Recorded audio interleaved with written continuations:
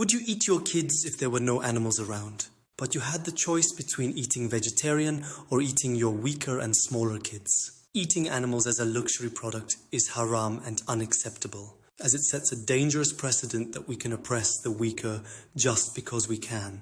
Scholars contradict themselves by claiming it is permissible to eat animals while there are alternative solutions that are less harmful, and simultaneously stating that we must respect all creatures Allah created.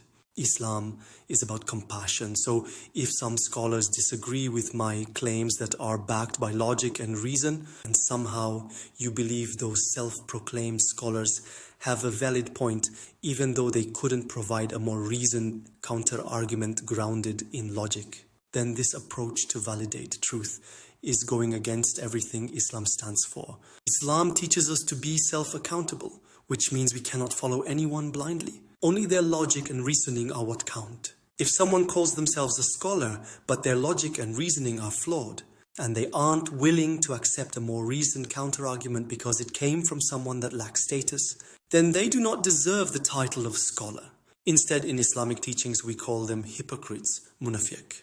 A scholar is someone who understands that no one knows the absolute answer, which is why we must always present our logical reasoning so others can build upon it or critically analyze it, and give a more reasoned counter-argument if they see flaws within the reasoning we have presented. Those who cannot present a more reasoned counter-argument but refuse to accept the reasoned argument that they couldn't challenge are simply struggling with their emotional biases. Truth is logic and reason. If you believe you have a better truth, then prove it with a more logical and reasoned counter-argument. If you can't, then you must accept the last logical and reasoned argument presented as the truth until it is challenged. Islam is about improving the world through compassion, not cruelty, or creating negative effects because of selfish desires that misunderstand the long-term ripple effects of those negative decisions. Islam doesn't encourage us to lie or deceive. We must acknowledge that it is impossible and highly hypocritical to claim we respect animals if we are simply killing them to eat as a luxury when it's not a necessity. Islam permits the consumption of animals only if it's for the continuation of humanity. In such cases, animals are a resource for survival. If it's not necessary for survival, it's considered a luxury, and it's disrespectful to kill them for luxury. Eating them simply for luxury is, by definition, haram, forbidden.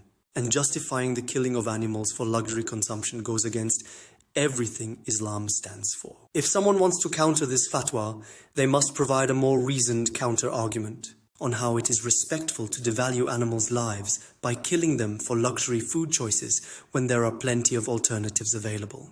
Don't you know that this teaches our kids that we can devalue the weaker and oppress them as their mirror neurons will pick up on this flawed logic? Don't you know the long-term negative ripple effects this has upon the collective lives of all?